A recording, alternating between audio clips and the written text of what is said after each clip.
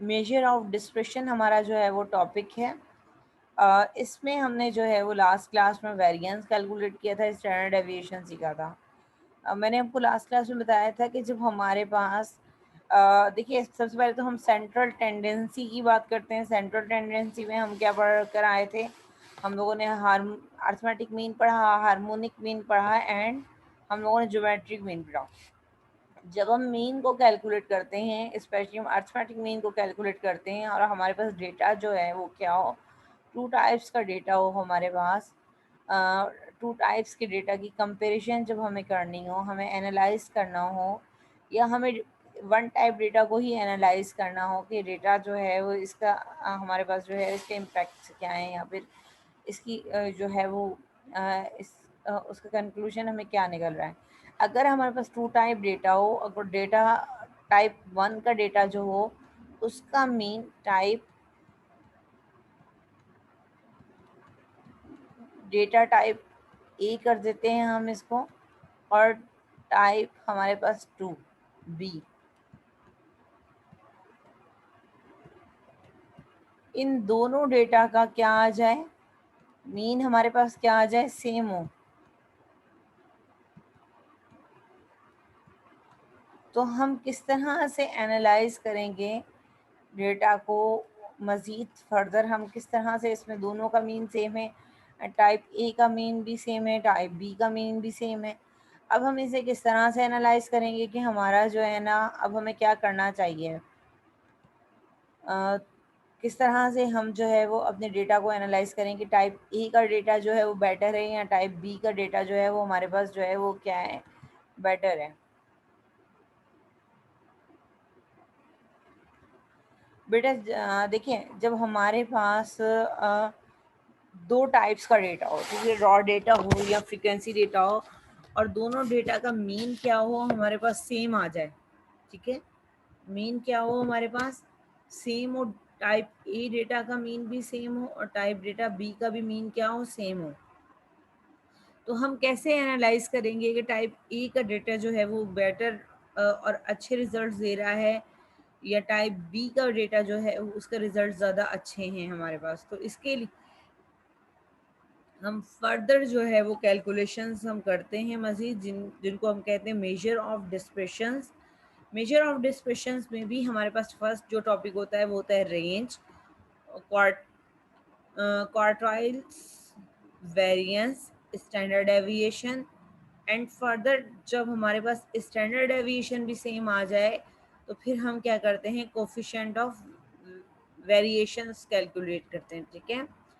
अब आज जो है वो इन टॉपिक्स को हम डिस्कस करेंगे।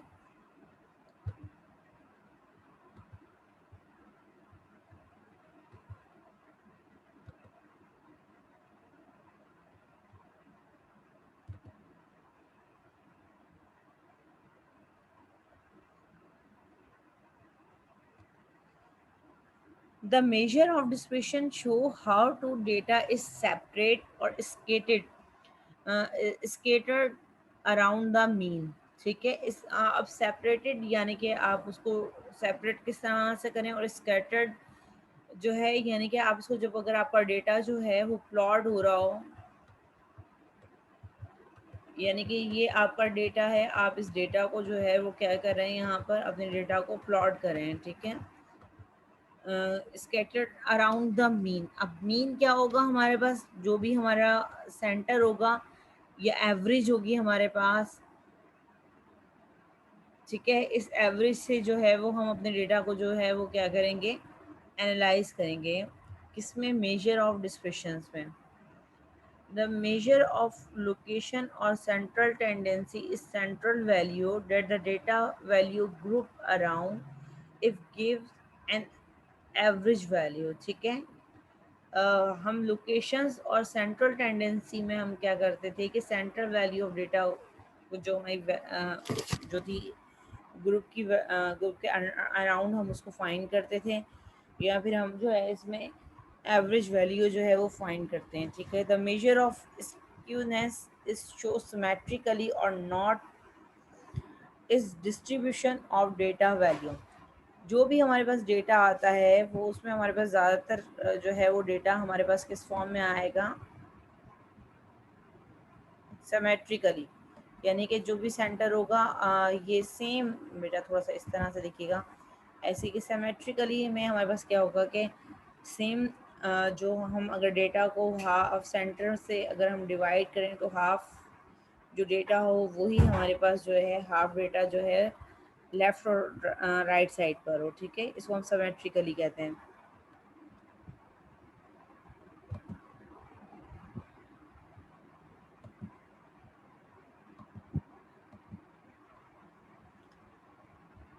वेरिएशंस में हमारे पास क्या होती है, range, variance, standard deviation, coefficient of variation. Measure of variation give information on the separate, यानी कि इंफॉर्मेशन को क्या करेगी, हमारी सेपरेट करेगी और वेरिएबिलिटी लाएगी, और dispersion of the data value, यानी कि उन्हें दूर दूर करना हम यहाँ पे सीखेंगे। अब देखिए यहाँ पर हमारे पास two types of data given है। फर्स्ट डेटा जो है, आप इसका जो ग्राफ ये रिप्रेजेंट कर रहा है हमारे पास, ये ग्राफ जो है वो टू टाइप ऑफ डेटा को रिप्रेजेंट कर रहा है, ठीक है। आप देख सकते हैं कि एक ग्राफ जो है वो हमारे पास जो है उसकी हाइट हमारे पास ज़्यादा है, दूसरे ग्राफ की हमारे पास हाइट जो है वो कम है लेकिन विड्थ उसकी हमारे पास ज़्यादा है, ठीक है। लेकिन आप देखिए कि ये जो मीन है इसका, जो सेंटर ऑफ टेंडेंसी है वो दोनों की क्या है हमारे पास सेम आ रही है। ये जो डॉटेड लाइन है ये हमारे पास किसको शो कर रही है, मीन और सेंट्रल टेंडेंसी को। अब हमें इसमें से ये एनालाइज करना है कि हमारे पास जो है वो टाइप ए डेटा जिसकी हाइट हमारे पास बहुत ज़्यादा है ये हमारे पास अच्छा है, या टाइप बी डेटा जो हाइट में हमारे पास कम है लेकिन जिसकी हमारे पास विड्थ जो है वो क्या है, ज़्यादा है।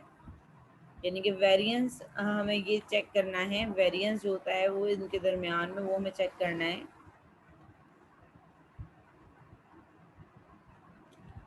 यहाँ पे लिखा हुआ है कि same centre and different variations, यानी कि इनका सेंटर सेम है लेकिन जो इनकी जो वेरिएशंस हैं, इनकी जो विड्थ चेंज हो रही है वो क्या है हमारे पास, डिफरेंट है।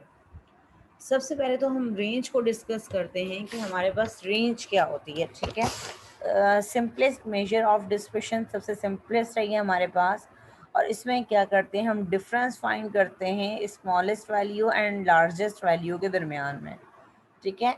रेंज हम किस तरह से कैलकुलेट करते हैं कि डेटा में से लार्जेस्ट वैल्यू को में से माइनस कर देते हैं हम किसको, स्मॉलेस्ट वैल्यू को। ये हमारे पास एक डेटा है जिसको हम लोगों ने यहाँ पे ग्राफिकली प्लॉट किया हुआ है। इस डेटा को देखिए, इस डेटा को प्लॉट किया गया है कि यानी कि जो वन है उस पर हमारे पास जो है वन टाइम्स लाई कर रहा है, टू पे जो है वो डेटा टू टाइम्स, यानी कि फ्रीक्वेंसी कह सकते हैं इसको, कि यहाँ पे डेटा को जो है वो प्लॉट किया गया है। ये डेटा हमारे पास किसी भी कंपनी का हो सकता है, किसी स्टूडेंट का रिकॉर्ड हो सकता है, और डेटा जो है वो किसी भी फॉर्मेट में हो सकता है ये डेटा, ठीक है हमारे पास। और जब आप इसको ग्राफ में प्लॉट लिखेंगे तो किस तरह से लिखेंगे हम इसको, ये इंटरवल्स हो जाएंगी हमारी, और इंटरवल जो है वो हमारे पास देखिए कि 0 से 1 में जो है 1 पे लाई कर रहा है 1 टाइम्स, 0 पे जो है कुछ भी नहीं है, 2 पे जो है वो डेटा 1 टाइम है, और 3 पे कुछ भी नहीं है हमारे पास, एंड 4 पे जो है वो हमारे पास 2 है, 3 में कुछ भी नहीं है तो 0 यहाँ पर आ जाएगा, एंड 5 पे भी हमारे पास कुछ नहीं है तो यहाँ पे क्या आ जाएगा, 0। और हमारे पास 6 पे जो है वो 1 टाइम्स है तो हम 1 लिख देंगे, 7 पे भी 0 है, और 8 पे हमारे पास क्या है, 3। इस तरह का ये हमारे पास इस टाइप का डेटा है बेटा। अब इस डेटा को देखिए कि हमें जो है इसमें से रेंज कैलकुलेट करनी है। रेंज हमारे पास क्या होगी कि जो स्मॉलेस्ट वैल्यू है वो क्या है हमारे पास 1, एंड लार्जेस्ट वैल्यू हमारे पास क्या है 13। 13 में से 1 को माइनस करेंगे तो हमें यहाँ पे क्या मिल जाएगी, हमारी रेंज मिल जाएगी, ठीक है। ये बहुत एक सिंपल सी कैलकुलेशन थी, इसमें हमें कुछ भी नहीं करना था। यहाँ पर हमें जो है वो हमारी क्या मिल गई, रेंज मिल गई कि ये हमारी रेंज है। अब देखिए यहाँ पर हमारे पास जो है वो डेटा जो है इग्नोर विच द डिस्ट्रीब्यूशन। अब देखिए यहाँ पर टाइप ए का डेटा जो है वो हमारे पास, देखिए कोई भी कंपनी है जिसका डेटा है ये हमारे पास, और इसका डेटा देखिए 7 पे क्या आ रहा है हमारे पास, 1, 8 पे 1, 9 पे 1, 10 पे 1, 11 पे 1 एंड 12 पे हमारे पास क्या आ रहा है, 1। इसी तरह से टाइप 2 डेटा को देखिए कि टाइप 2 का जो डेटा है ये हमारे पास क्या आ रहा है, ये ए टाइप डेटा हो गया, और हमारे पास टाइप बी डेटा हो रहा है। अच्छा, अब इसकी रेंज देखें कि 12 में से माइनस करेंगे 7 को, रेंज क्या आ रही है, 5 आ रही है। यहाँ पे भी 12 में से माइनस करेंगे 7 को, रेंज क्या आ रही है हमारे पास, 5 आ रही है। बट आप ग्राफिकली यहाँ पर अगर देखें तो ग्राफिकली आपको जो है वो कुछ डिफरेंस नज़र आ रहा होगा कि यहाँ पर जो है वो 12 पे जो है वो हमारे पास कितने टाइम से डेटा 3 पॉइंट्स हमारे लाई कर रहे हो, और 11 पे जो है वो 1, 10 पे 1, 8 और जो है वो 9 पे हमारे पास कुछ भी नहीं है, और 7 पे हमारे पास 1 है। इसी तरह से यहाँ पे हर जो भी हमारी रेंज है उस पर जो है हमारा डेटा 1 टाइम्स लाई कर रहा है। अच्छा, अब यहाँ पर दोनों का रिजल्ट क्या आ रहा है, देखें सेम आ रहा है। यहाँ पे इसका रिजल्ट भी सेम आ रहा है और इसका रिजल्ट भी क्या आ रहा है हमारे पास, सेम आ रहा है रेंज में। अब हमें ये एनालाइज करना है कि हमारे पास जो है वो हमें किस तरह से मालूम होगा कि कौन सा डेटा जो है उसका रिजल्ट हमारे पास अच्छा है, या वो डेटा जो है उसकी हमारे पास एक्यूरेसी अच्छी है, या हम अगर कंपनी की बात करते हैं तो परफॉर्मेंस अगर हम चेक कर रहे हैं कंपनी की सेल की परफॉर्मेंस के, किस कंपनी की जो प्रॉफिट की सेल है, प्रॉफिट की अगर हम बात करते हैं तो वो कौन सी कंपनी है जिसका प्रॉफिट अच्छा है। यहाँ पे हम अभी कोई भी चीज़ एनालाइज नहीं कर पा रहे हैं कि किस कंपनी का प्रॉफिट हमारे पास अच्छा होगा, क्योंकि दोनों का रिजल्ट क्या आ रहा है हमारे पास, सेम आ रहा है यहाँ पर, ठीक है। इसी तरह से देखिए कि अगर हमारे पास लास्ट सेकंड में जो है यहाँ पे डेटा दिया हुआ है, और डेटा जो है वो डिफरेंट हमारे पास वैल्यूज़ में है, और 1 और 5 जो है इसकी लोएस्ट एंड हाईएस्ट जो है वो वैल्यू है। फाइंड करेंगे तो रेंज क्या आ रही है हमारे पास 4। लेकिन अगर यही डेटा एकदम जो है वो इंक्रीज़ करता है और इसकी वैल्यू जो है वो क्या हो जाएगी, 120 हो जाएगी, तो फिर हमारे पास जो रेंज आएगी वो क्या आएगी हमारे पास, 119। ये जो है वो डिसएडवांटेज है इसका, रेंज मेथड से डेटा की कैलकुलेशन का, कि हम इससे जो है एनालाइज नहीं कर पाते हैं अपने रिजल्ट्स को। इसी तरह से यहाँ पे रेंज ऑफ वेल्थ का डेटा हमारे पास गिवन है, वेल्थ लोअर है, बाउंड्रीज अपर है हमारे पास, ठीक है। लोअर बाउंड्रीज और अपर बाउंड्रीज दी गई हैं, और इनकी जो है वो हमें क्या दी गई है, फ्रीक्वेंसी दी गई है। लोएस्ट रेंज हमारे पास क्या है, देखें 0 है, और हाईएस्ट रेंज हमारे पास क्या है यहाँ पर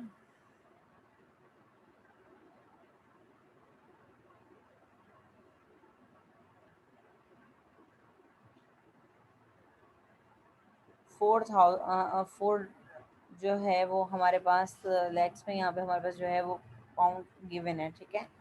अब जब मैं इनका जब हम डिफरेंस कैलकुलेट करेंगे तो डिफरेंस देखिए क्या आएगा हमारे पास, सेम आ जाएगा। तो हम इससे भी जो है वो क्या कर रहे हैं, एनालाइज नहीं कर पा रहे हैं कि हमारे डेटा का रिजल्ट क्या होगा, ठीक है। इसी तरह से अब सेकंड टॉपिक पे आ जाइए। क्वार्टाइल्स मेजर हमारे पास क्या होती है, quartile measures split the rank data into 4 segments. इसमें हम क्या करते हैं कि अपने डेटा को रैंक करते हैं 4 सेगमेंट्स में with equal number of value पर सेगमेंट्स। यानी कि हमारा डेटा जो है वो 4 पार्ट्स में डिवाइड होता है। फर्स्ट हमारे जो डिवाइड हम करते हैं Q1 से इसको डिवाइड करते हैं, जिसमें हमारे पास डेटा कितने परसेंट होता है, 25% होता है। और लास्ट जो है वो हम इसे Q3 से डिवाइड करते हैं, इसमें भी हमारे पास जो है वो डेटा कितने परसेंट होता है, 25। और जी ये जो सेंटर है, सेंटर में हम डेटा कितने परसेंट होता है, 50% होता है। इसको भी जब हम सेंटर से डिवाइड करते हैं Q2 से, तो डेटा हमारे पास कितना हो जाता है, 25% एंड 25%। यानी कि क्वार्टाइल्स में हम क्या करते हैं कि अपने डेटा को डिवाइड करते हैं 4 सेगमेंट्स में से the first quartile Q1 is the value for which 25 of the observation are similar and 45 are larger smaller, sorry smaller हमारे पास जो है वो क्या होगी यहाँ पे, ये 25 होगी, और लार्जर वैल्यू जो होगी वो हमारे पास क्या होगी यहाँ पर हमारे पास 75। देखिए यहाँ पर आपके पास 50%, 50 में 25 ऐड करेंगे तो ये क्या हो जाएगा आपको 75। Q2 is the same as the median. Q2 क्या है हमारे पास, मीडियन है हमारे पास, क्योंकि मीडियन में भी हम क्या करते हैं कि 50% जो है वो ऑब्जर्वेशन को जो है, पहले हम अपनी ऑब्जर्वेशन को जो है वो क्या करते हैं, अरेंज करते हैं, अरेंज करने के बाद जो है हम उसे 50% पे डेटा को डिवाइड कर देते हैं। तो Q2 जो है वो हमारे पास क्या है, जस्ट हमारा मीडियन है, जिसमें हमारा डेटा जो है, जो ऑब्जर्वेशन है हमारी, वो डिवाइड हो जाएगी किसमें, 50% में स्मॉलर में और 50% लार्जर में। यानी कि लेफ्ट साइड पे 50% स्मॉलर होगा और लार्जर जो है यहाँ पर हमारे पास 50% होगा data. Only 25% of observation are greater than the third quartile. Third quartile में हमारे पास कितनी ऑब्जर्वेशन है, 25% जो है वो है, जो कि हमारी ऑब्जर्वेशन ग्रेटर देन है। अब इनको फाइंड हम किस तरह से करते हैं, इनको फाइंड करने के लिए हमारे पास फर्स्ट क्वार्टाइल की पोजीशन कैलकुलेट करने का जो फार्मूला है वो हमारे पास है Q1 equal to n+1 divide by 4 rank value. Second quartile position हमारे पास क्या है, Q2 equal to n+1 divide by 2 rank value. And third quartile position हमारे पास क्या है, Q3 equal to 3n+1 divide by 4। N हमारे पास यहाँ पर क्या है, नंबर ऑफ ऑब्जर्वेशन। अब देखिए यहाँ पर हमारे पास सैम्पल और डेटा इन ऑर्डर अरे की फॉर्म में हमारे पास डेटा, यानी कि रॉ डेटा हमारे पास गिवन है। अब रॉ डेटा में हमें Q1 की वैल्यू कैलकुलेट करनी है कि हमारे पास Q1 कहाँ पर होगा, Q2 कहाँ पे होगा एंड Q3 कहाँ पे होगा। Q1 का क्या फार्मूला था कि n+1 डिवाइड बाय 4। एन हमारे पास क्या है, देखें एन वन डेटा की number of observation 1 2 3 4 5 6 7 8 9, 9+1 divided by 4, ये आपके पास क्या आ जाएगा 2.5 पोजीशन, यानी कि यहाँ पे इसके 2.5 यानी कि सेकंड वैल्यू के एंड थर्ड वैल्यू के दरमियान में ये लाया करेगा, पोजीशन है, यानी कि first position, second position and half जो है वो किसका होगा, सेकंड पोजीशन। तो ये आपके पास यही चीज़ यहाँ पे लिखी हुई है कि Q1 is the 9+1 divided by 4 equal to 2.5 position of the rank data. So use the value halfway between the second and third value. So Q1 equal to क्या होगी हमारे पास, अब इन दोनों का हाफ हमें कैलकुलेट करना है। हाफ का कैलकुलेट करने के लिए आपके पास ऑप्शन है कि आप दोनों को ऐड करें और डिवाइड कर दें 2 से। तो आपको क्या होगा, इनका हाफ मिल जाएगा, ऐड करेंगे और डिवाइड करेंगे तो क्या रिजल्ट आएगा हमारे पास 12.5। यानी कि जो Q1 है, क्वार्टाइल 1 है, जो उसकी हमारे पास वैल्यू क्या आ रही है, 12.1 आ रही है। Q1 and Q3 are measure of non central locations, क्योंकि हमारे पास हमें मालूम है कि जो Q1 है वो डेटा का क्या होगा, 25% होगा यहाँ पर हमारे पास, एंड Q3 जो है वो भी डेटा को क्या करेगा, 25% हमारे पास हाफ होगा लार्जर साइड, लेफ्ट साइड से। अब हमारे पास जो है ये हमारे पास जो है वो सेंट्रल टेंडेंसी नहीं है, ठीक है। Q1 एंड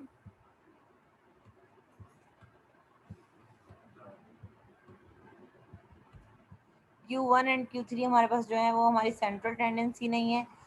तो यहाँ पर हमारे पास यही चीज़ यहाँ पे लिखी हुई कि are measure non central locations. And Q2 हमारे पास किस पे लाई करता है, डेटा के सेंटर पे लाई करता है, जो कि किसके इक्वल है हमारे पास होता है, मीडियन के इक्वल भी होता है। तो Q2 इक्वल होगा median is the major of the central tendency.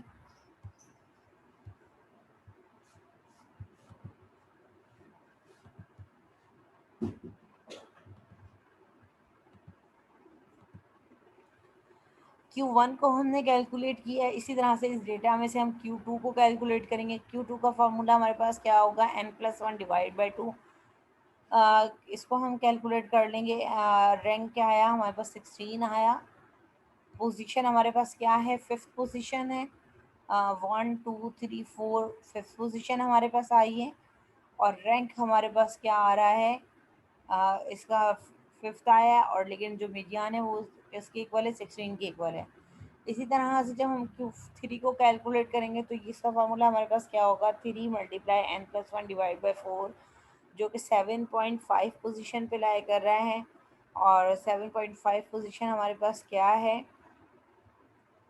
अब काउंट करें, 1 2 3 4 5 6 एंड 7, यानी कि सेवन्थ पोजीशन हमारे पास जो है वो क्या है, 18 है। और हमारे पास 21 है। मीटिंग दोबारा अरेंज करूँगी, आप भी ज्वाइन कर लीजिएगा। 18 और 21, ठीक है, इनको हाफ करेंगे और ये हमें इसका Q3 मीडियन में मिल जाएगा। When calculating the rank position, we use the following rule. If the rule is whole number, when it is the rank position to use, यानी कि whole number हमें use करना है rank position के लिए. If the result is fractional half, then average of two comparison data values. If the result is not a whole number or a fraction half, then round the result and nearest integer to find the rank position. ठीक है, ये कुछ rules हैं, इन rules का जो है वो हमें फॉलो करना है, इनका ख्याल करना है।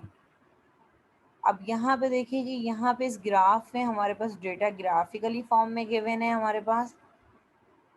इस डेटा को हमें एनालाइज करना है। आप यहाँ पे जो थी लाइन